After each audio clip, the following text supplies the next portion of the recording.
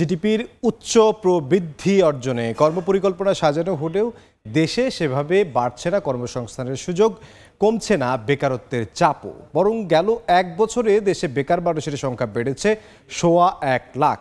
এই অবস্থায় আসছে বাজেটে বেসরকারি খাতে বিনিয়োগ বাড়ানোর তাগিদ দিচ্ছেন ব্যবসায়ী নেতারা। আর সময় থাকতেই জনমিতিক সুবিধার সর্বোচ্চ সুযোগ কাজে লাগাতে কৌশলী উদ্যোগ নেওয়ার পরামর্শ অর্থনীতিবিদদের। জিন্নাত আরা যশোয়ার রিপোর্ট। কাজের সন্ধানে শহরমুখী মানুষের ঢল পরিচিত এক দৃশ্য বাংলাদেশে। উন্নয়নের তৃপ্তির ঢেকুর তোলার পাশে গলার কাঁটা হিসেবে আটকে আছে যে কটি সমস্যা, তার একটি বেকারত্ব।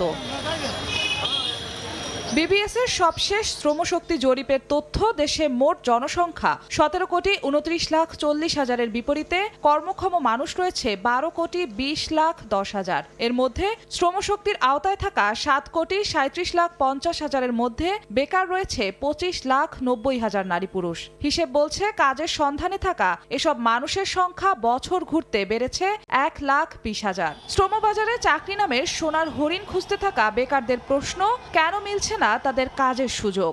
অনেক বেকার ছেলে মেয়ে আছে, ক্যাম্পাসের দিকে তাকালেই সেটা বোঝা যায়। গভর্নমেন্ট জবে তো অনেক বড় কম্পিটিশন। বেকারত্ব সমস্যা যাতে আরো সমাধান হয়।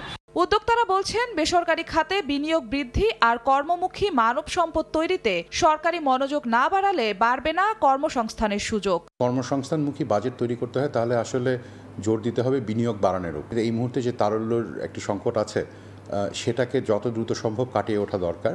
দেশে মোট জনসংখ্যার ৭০% কর্মক্ষম মানুষ থাকলেও ক্রমেই কমছে যুব শ্রমশক্তির হিস্যা। এ অবস্থায় সমৃদ্ধির পথে জনমিতিক সুবিধার সর্বোচ্চ সুযোগ কাজে লাগাতে আসছে বাজেটে বিশেষ নজর দেওয়ার পরামর্শ অর্থনীতিবিদদের। প্রাইভেট সেক্টর সেভাবে এমপ্লয়মেন্ট ক্রিয়েট করতে না পারে, তাহলে সরকারের তো তহবিল তৈরি করতে হবে। আজ থেকে ৫-৬ বছর আগে একটা তহবিল তৈরি করা হয়েছিল, একদিন ১,০০০ কোটি টাকা হওয়া উচিত ছিল, যেখান থেকে আসলে সহজ শর্তে তরুণরা ঋণ নিতে পারবেন।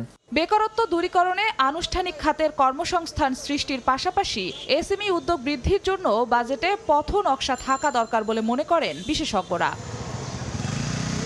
জিন্নাত আরা যশোয়া, সময় সংবাদ, ঢাকা। 4 দশক ধরে আপনার ফাইন্যান্সিয়াল পার্টনার আইডিএলসি।